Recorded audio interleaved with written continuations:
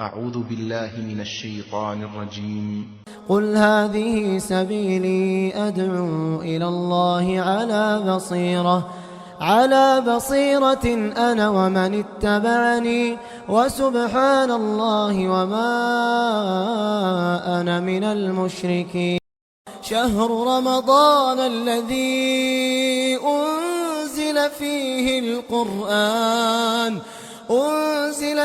القرآن هدى للناس وبينات من الهدى والفرقان. السلام علیکم ورحمۃ اللہ وبرکاتہ. بسم اللہ الرحمن الرحیم. الحمد للہ رب العالمین والصلاة والسلام على اشرف الانبیاء والمرسلین وعلى من تبعهم بإحسان الى یوم الدین. محترم حضرات، الحمدللہ اللہ کے فضل و کرم سے آج ہم نے قرآن مجید سننے کا جو سلسلہ تھا نماز کے اندر، تراویح کے اندر، آج ختم ہوا. الحمدللہ ہم سب کو دلی خوشی اور مسرت حاصل ہو رہی ہے. الحمدللہ قرآن مجید رمضان کے مہینے میں سننا، سنانا، مکمل یعنی کہ دورہ کرنا اور کرانا، یہ پیارا نبی صلی اللہ علیہ وسلم کی سنت ہے. آپ صلی اللہ علیہ وسلم ہر سال جبریل امین کے ساتھ قرآن مجید سنتے اور سناتے تھے. بلکہ حدیث میں بھی ہے کہ آپ صلی اللہ علیہ وسلم کے انتقال سے پہلے، جس سال آپ صلی اللہ علیہ وسلم کا انتقال ہونا تھا، یعنی کہ آخری رمضان آپ کی زندگی میں 2 مرتبہ آپ صلی اللہ علیہ وسلم نے جبریل امین کے ساتھ قرآن مجید کا دورہ کیا تھا. تو یہ بہت ہی بڑی نعمت اور توفیق کی بات ہے کہ اس طرح کی نعمت ہمیں حاصل ہوئی الحمدللہ. اور اس مسجد میں جیسا کہ ہمیں پتہ ہے قرآن مجید سننے، مکمل قرآن مجید سننے کے ساتھ ساتھ، اس کا انتظام کرنے کے ساتھ ساتھ ایک اور بھی انتظام کیا گیا ہے کہ قرآن مجید کو ہم سمجھیں. چونکہ قرآن مجید عربی زبان میں ہے، ہم سب اکثر لوگ عربی زبان سے ناواقف ہیں، لیکن اس کے لیے الحمدللہ ہمارے پاس اس کا بھی انتظام کیا گیا ہے کہ ہم قرآن مجید بھی سمجھیں. پتہ نہیں آج آخری یہ درس ہے یا کل بھی آخری ہوگا، جو بھی ہو الحمدللہ اب تک ہم نے بہت سارے مسائل سنے اور سمجھے. قرآن مجید کے جو قرآن مجید کی جو وہ آیتیں ہیں جن کا تعلق مسائل سے ہیں، احکام سے ہیں، الحمدللہ بہت ساری باتیں ہم نے معلوم کی. اب جو بھی اللہ رب العالمین ہمیں توفیق دے گا ہم حاصل کریں گے، معلوم کریں گے انشاءاللہ. جیسا کہ ہم نے اس سے پہلے آپ سے کہا تھا کہ مسائل سے متعلق جو صورتیں ہیں وہ ابتدائی صورتیں ہیں. سورہ بقرہ، آل عمران، جی ہاں، نساء، مائدہ، انعام، یہ تمام صورتیں جن کے اندر احکام سے بھری ہوئی ہیں یہ صورتیں. الحمدللہ بہت ساری باتیں ہم نے معلوم کی. اس کے بعد آخری جو صورتیں ہیں یہ آداب، اخلاق، جی ہاں، ان تمام تعلق سے ہے. آپ جیسا کہ دیکھ رہے ہیں جو کتاب میرے ہاتھ میں ہے، اکثر اس کا حصہ ختم ہو چکا ہے، بہت ہی کم صفحات بچے ہیں. انشاءاللہ ان میں سے کچھ معلوم کریں گے. ہمارے ساتھ آج جو صورت ہے سورہ اسراء، اس کا دوسرا نام سورہ بنی اسرائیل بھی ہے.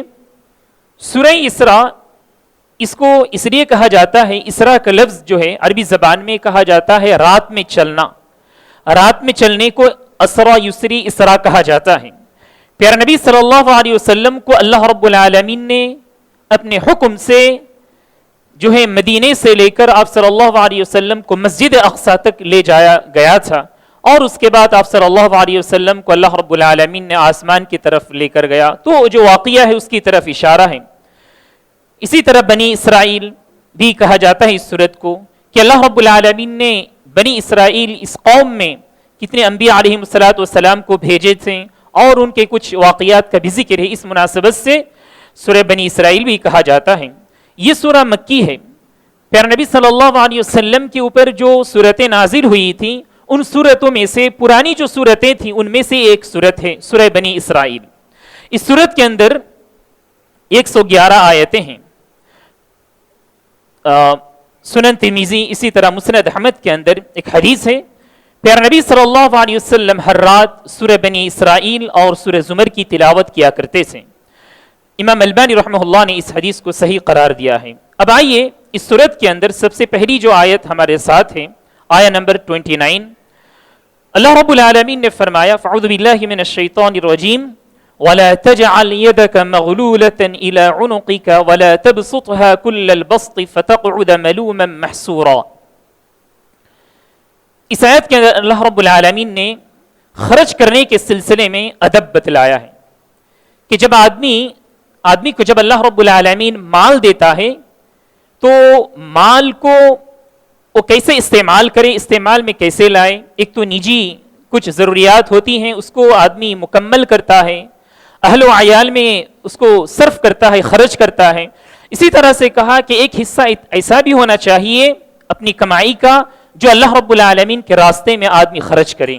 تو اللہ تعالیٰ نے فرمایا کہ آدمی کے اندر خرچ کرنے کے سلسلے میں دو صفتیں نہیں ہونی چاہیے، وَلَا تَجْعَلْ يَدَكَ مَغْلُولَةً إِلَىٰ عُنُقِكَ وَلَا تَبْسُطْهَا كُلَّ الْبَسْطِ، کہ اپنے ہاتھوں کو نہ بند رکھو اور نہ ہی مکمل طریقے سے کھول دو، یعنی کہ آدمی بخیل بھی نہیں ہو جانا چاہیے اور آدمی ایسا بھی نہیں ہونا چاہیے کہ وہ اتنا خرچ کر رہا ہے کہ اس کے پاس اس کا کوئی حساب نہیں ہے، اور نہ ہی اپنا مستقبل سوچتا ہے اور نہ ہی اپنے اہل و عیال جو ہیں اپنے بیوی بچے ان کا بھی مستقبل نہیں سوچتا، بلکہ ایسا ہی اڑاتا ہے، فضول خرچ کرتا ہے۔ تو اللہ رب العالمین نے دونوں باتوں سے منع کیا ہے کہ آدمی بخیل بھی نہ ہو جائے اور آدمی اسراف کرنے والا بھی نہ ہو جائے، بلکہ متوسط ہو، درمیانی رویہ اختیار کرے۔ اس بارے میں الحمدللہ ہم نے اس سے پہلے بھی معلوم کیا ہے کہ آدمی جو ہے خرچ کرنے میں بھی آدمی اسراف نہ کرے۔ کہ اللہ تعالیٰ نے اگر آدمی بخیل ہو جاتا ہے تو ایسی صورت میں کیا ہوتا ہے، ملومہ، کہ آدمی ملامت زدہ ہوتا ہے، لوگ بھی اسے ملامت کرتے ہیں کہ دیکھو فلاں آدمی بخیل ہے، خرچ ہی نہیں کرتا ہے، اور اللہ رب العالمین کے پاس بھی یہ آدمی ملامت زدہ ہوتا ہے۔ اسی طرح سے جو آدمی فضول خرچ کرتا ہے اس کے بارے میں اللہ تعالیٰ نے فرمایا محسورہ، کہ ایسا آدمی محسورہ ہو جاتا ہے۔ محسورہ کا مطلب کیا ہے، تھکا ہوا۔ عربی زبان میں اس جانور کو محسور کہا جاتا ہے جو بہت ہی چلتا ہے اور اتنا چلتا ہے کہ وہ تھک جاتا ہے۔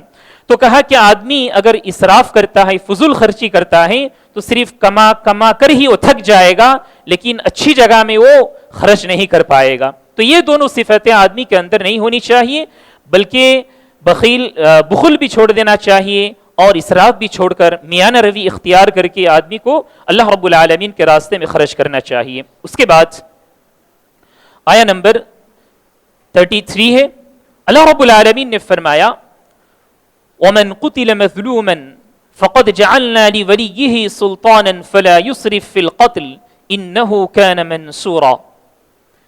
کہا اللہ تعالیٰ نے جو آدمی ظلم کر کے جس آدمی کو مار دیا گیا، مقتول ہو گیا، مر گیا، تو کہا کہ اس کے جو وارثین ہیں، اس کے رشتہ دار جو اس کے وراثت کے حقدار ہوتے ہیں، ان کو یہ اختیار حاصل ہے کہ اس کا انتقام لے، قصاص لے۔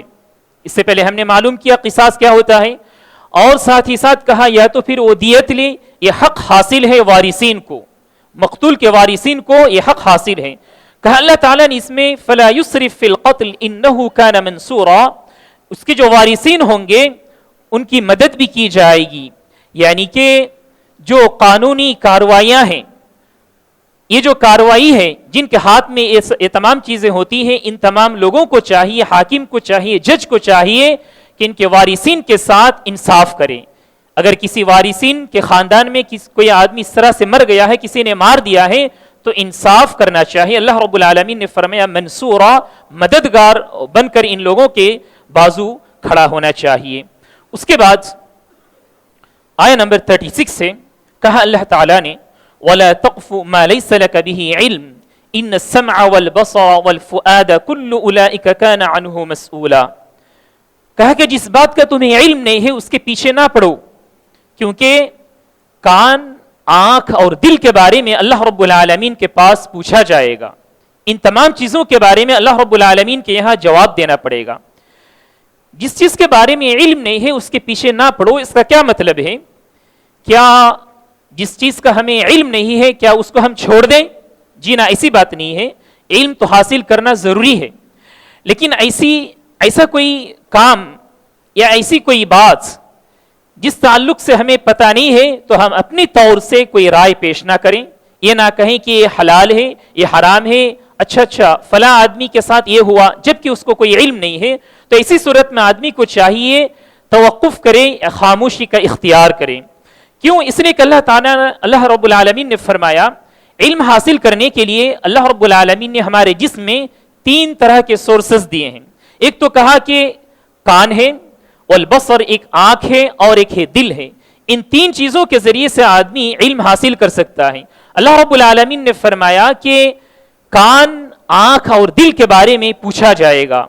اگر آدمی کوئی سنی ہوئی بات کے بارے میں کہتا ہے جبکہ وہ بات صحیح نہیں ہے تو کہا کہ اس کے کان کے بارے میں پوچھا جائے گا. آنکھ کے بارے میں کیوں پوچھا جائے گا؟ آدمی دیکھا ہی نہیں ہے لیکن وہ کہتا ہے کہ میں نے دیکھا ہے، ایسا ہوا ہے. اسی طرح دل کے بارے میں پوچھا جائے گا. اس آدمی نے کوئی کچھ بھی جانا نہیں، اس کے باوجود وہ کہتا ہے کہ یہ فلاں چیز ہے، اس کا یہ حکم ہے، یا تو یہ فلاں بات ہے، فلاں خبر ہے، جبکہ اس کا کوئی علم نہیں ہے. تو اس آیت کا یہ پیغام ہے کہ جس جگہ ہمیں کوئی علم نہیں ہے کسی چیز کے بارے میں، کسی خبر کے بارے میں، ہم حتمی فیصلہ نہ کریں. ہم یہ نہ کہیں کہ اس کا یہ حکم ہے یا تو یہ خبر ہے. اور اس سے پہلے بھی ہم نے وہ آیت سنی تھی فَاسْأَلُوا أَهْلَ الذِّكْرِ إِن كُنتُمْ لَا تَعْلَمُونَ، کہ اگر کسی بارے میں اگر علم نہیں ہے کسی کے پاس تو آدمی کو چاہیے کہ جو بڑے لوگ ہیں، جو اہل علم ہیں، ان سے ہم رجوع کریں، ان کے پاس جائیں اور پوچھیں. کان، آنکھ اور دل کے بارے میں اللہ رب العالمین نے فرمایا ہے. یہ تمام اعضاء ہمارے جو جسم میں ہے، ہم جانتے ہیں دوسری صورتوں میں بھی ہے، اللہ رب العالمین کل قیامت کے روز ان کو زبان دے گا، یعنی کہ گویائی، یعنی کہ بولنے کی طاقت اللہ رب العالمین ان تمام اعضاء کو دے دے گا. اور سبحان اللہ ہر اعضاء جو ہے ہمارے خلاف گواہی دے گا اور کہے گا یہ مجھے اس لیے استعمال کیا تھا. آدمی کہے گا ارے کیا ہو گیا ہے، آج میرے ہی خلاف تم گواہی دے رہے ہو. تو وہ کہیں گے یہ اعضاء کہ جس ذات نے تمہیں بولنے کی طاقت دی ہے اسی ذات نے ہمیں بھی آج بولنے کی طاقت دی ہے. تو آدمی کو چاہیے ہمارے جسم کے جو اعضاء ہیں یہ امانت ہیں، اس کو حلال چیزوں میں استعمال کریں، جائز چیزوں میں استعمال کریں، حرام اور ناجائز چیزوں سے اجتناب کریں، بچیں.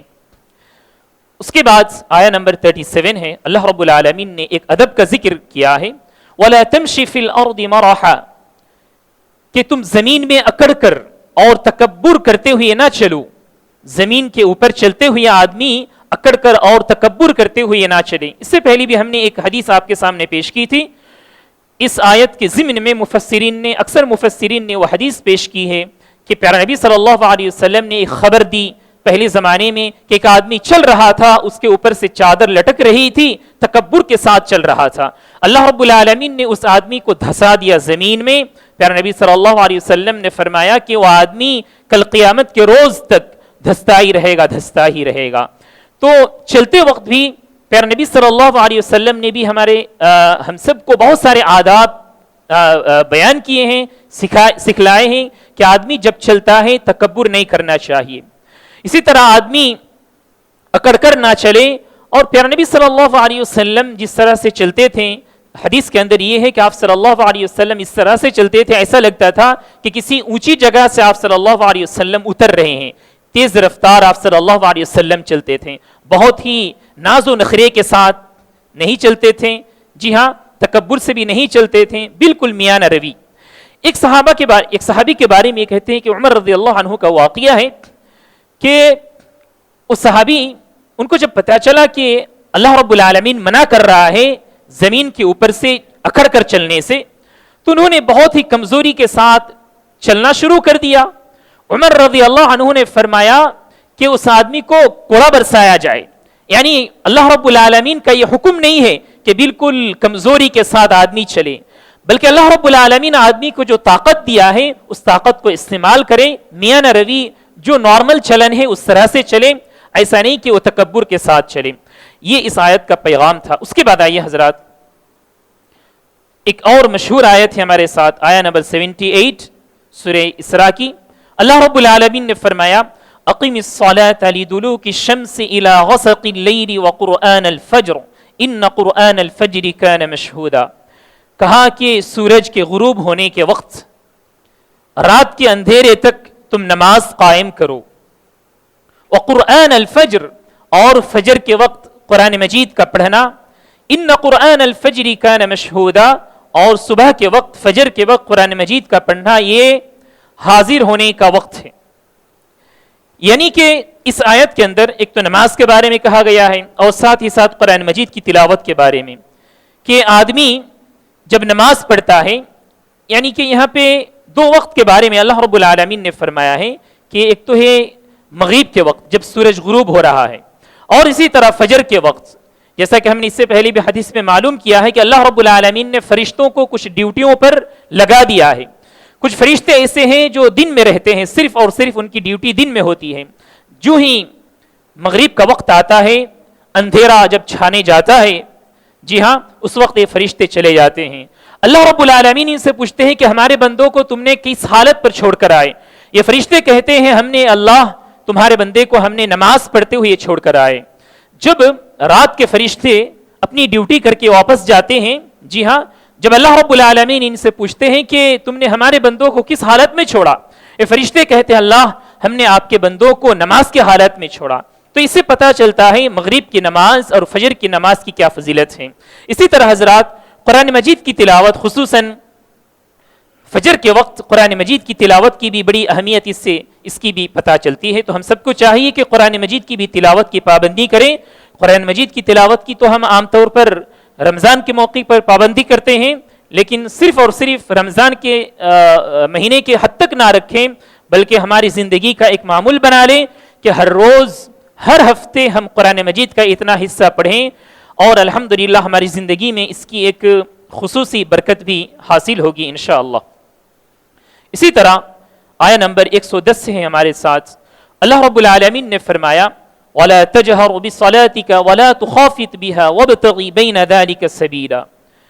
کہا کہ تم صلاۃ کو زیادہ زور سے نہ پڑھا کرو، وَلَا تُخَافِتْ بِهَا، اور ایسا بھی نہیں کہ بہت دھیمی آواز سے، وَابْتَغِ بَيْنَ ذَلِكَ سَبِيلًا، اس کے درمیانی جو طریقہ ہے اس کو اختیار کرو. اس بارے میں مفسرین نے وہ واقعہ پیش کیا ہے کہ آپ صلی اللہ علیہ وسلم کا معمول تھا کہ رات میں دورہ کیا کرتے تھے. صحابہ کرام رضوان اللہ علیہ مجمعین کے گھروں کے پاس جایا کرتے تھے. یہ اس وقت کا ایک معمول تھا. جو امراء ہوتے تھے، حاکم ہوتے تھے، لوگوں کے کیا حاجات ہیں، کیا ضروریتیں ہیں، اس کو معلوم کرنے کے لیے جاتے تھے. آپ صلی اللہ علیہ وسلم ایسے ہی گشت میں نکلے، یعنی کہ رات میں ایسا ہی نکلے پیدل، اور ابو بکر صدیق رضی اللہ عنہ کے گھر کے پاس سے آپ کا گزر ہوا تو قرآن مجید کی تلاوت کی آواز آ رہی تھی ابو بکر صدیق رضی اللہ عنہ کے گھر سے. اسی طرح سے عمر رضی اللہ عنہ کے گھر کے پاس سے آپ صلی اللہ علیہ وسلم کا بھی گزر ہوا، وہاں بھی سبحان اللہ وہ بھی تلاوت کر رہے تھے. جب صبح ہوئی آپ صلی اللہ علیہ وسلم نے دونوں کو ہی بتلایا کہ ابو بکر تم جو تلاوت کر رہے تھے تو بہت ہی دھیمی آواز سے تلاوت کر رہے تھے، اور عمر رضی اللہ عنہ کے بارے میں فرمایا کہ تم جو تلاوت کر رہے تھے بہت ہی آواز سے، کیوں ایسا؟ عمر رضی اللہ عنہ نے فرمایا کہ میں سونے والوں کو جگانے کے لیے میں اس طرح سے تلاوت کر رہا تھا. بہرحال آپ صلی اللہ علیہ وسلم نے اس وقت نصیحت فرمائی کہ زیادہ آواز سے بھی نہیں اور زیادہ دھیمی پست آواز سے بھی نہیں، بلکہ میانہ روی اختیار کرو کہ یہاں تک یعنی اتنا بھی آواز سے نہیں کہ دوسرے لوگوں کو ڈسٹرب ہو، اور اتنا بھی پست نہیں کہ خود بھی نہ سن سکیں، اور جو یعنی کہ اگر کوئی آدمی نماز پڑھا رہا ہے اپنے ساتھ، یعنی وہاں تک آواز اگر پہنچ رہی ہے تو اتنا ہی کافی ہے. اسی طرح حضرات عائشہ صدیقہ رضی اللہ عنہا فرماتی ہیں کہ اس آیت کا تعلق دعا سے ہے کہ جب آدمی دعا کرے تو دعا کرنے کے وقت بہت آواز سے دعا نہ کرے، بلکہ دھیمی آواز سے دعا کریں. وَلَا تَجْهَرُ بِصَلَاتِكَ، صلاۃ سے انہوں نے مراد لیا ہے کہ یہ دعا ہے.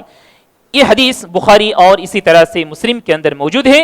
عائشہ صدیقہ رضی اللہ عنہا نے اس کا تعلق دعا سے فرمایا ہے. بہرحال ہم جب بھی عبادت بندگی کریں تو ہم کو چاہیے کہ ہم زیادہ آواز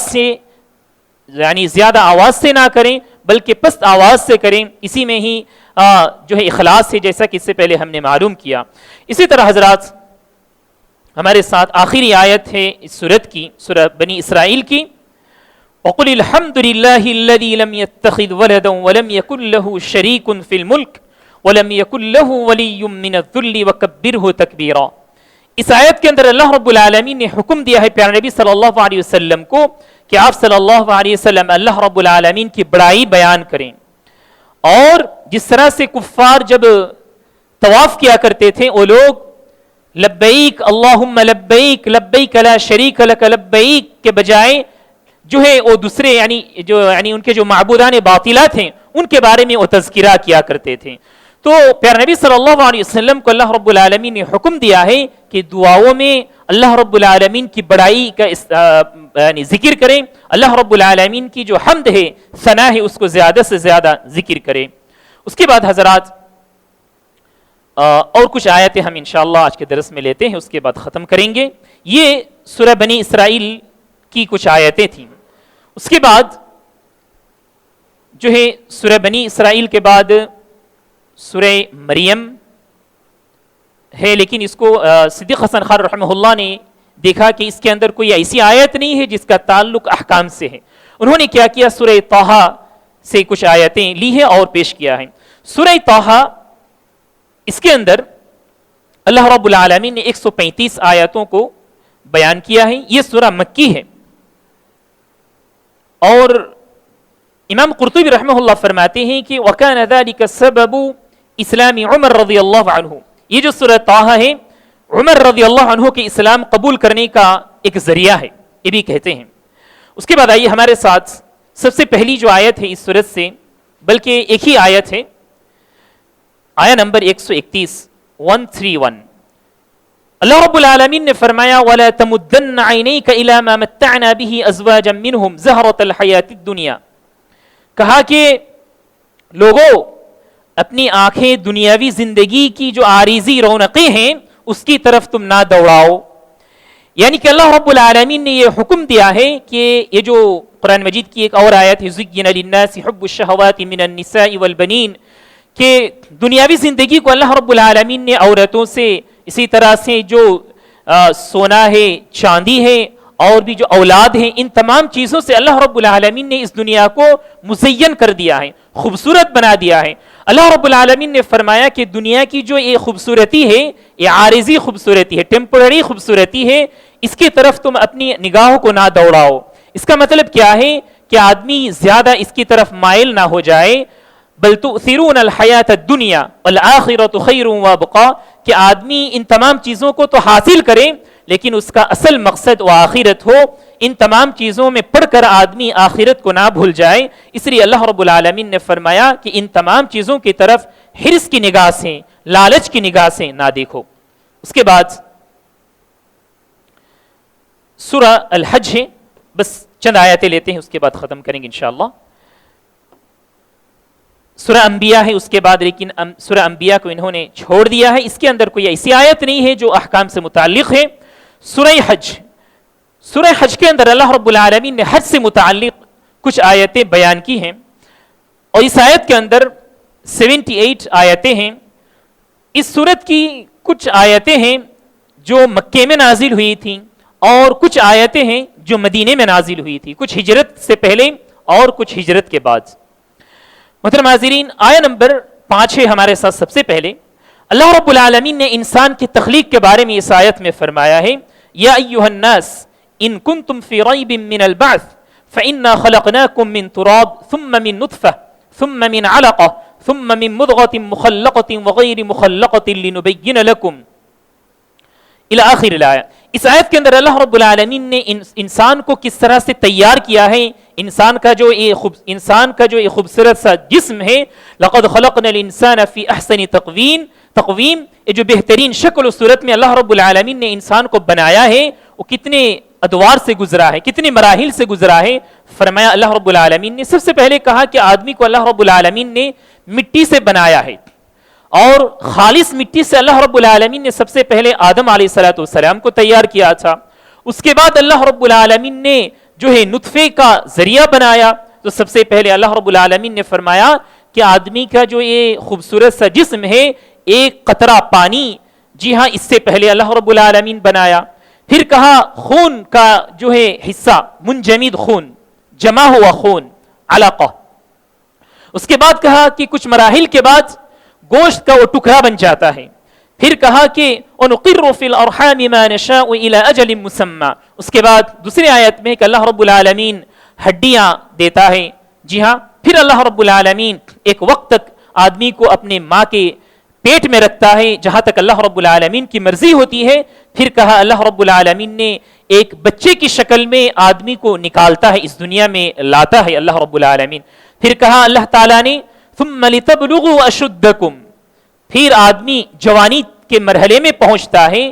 وَمِنْكُمْ مَنْ يُتَوَفَّى وَمِنْكُمْ مَنْ يُرَدُّ إِلَىٰ أَرْذَلِ الْعُمُرِ, کہ کبھی کبھار ایسا ہوتا ہے کہ آدمی جوانی کے دہلیز میں قدم رکھنا ہی چاہتا ہے کہ وہ دنیا سے فانی ہو جاتا ہے, ختم ہو جاتا ہے. کبھی کبھار آدمی بڑھاپے کو بھی پہنچتا ہے. یہ اللہ رب العالمین نے آدمی کے جو ہے مراحل ہیں اس کو تیار کرنے کا اور دنیا میں رہنے کی کچھ باتیں بتلائی ہیں. اس کے بعد اللہ رب العالمین نے فرمایا کہ لِنُبَيِّنَ لَكُمْ, اللہ رب العالمین کہتا ہے کہ تاکہ ہم تمہیں آزمائیں. سب سے پہلے اس آیت کی ابتدا اس طرح سے ہوئی, یا ایھا الناس ان کنتم فی ریب من البعث, لوگوں اگر تمہیں شک و شبہ ہے کہ ہم تمہیں دوبارہ پیدا کریں تو تم اپنی جسم کو دیکھو کس طرح سے ہم نے پیدا کیا.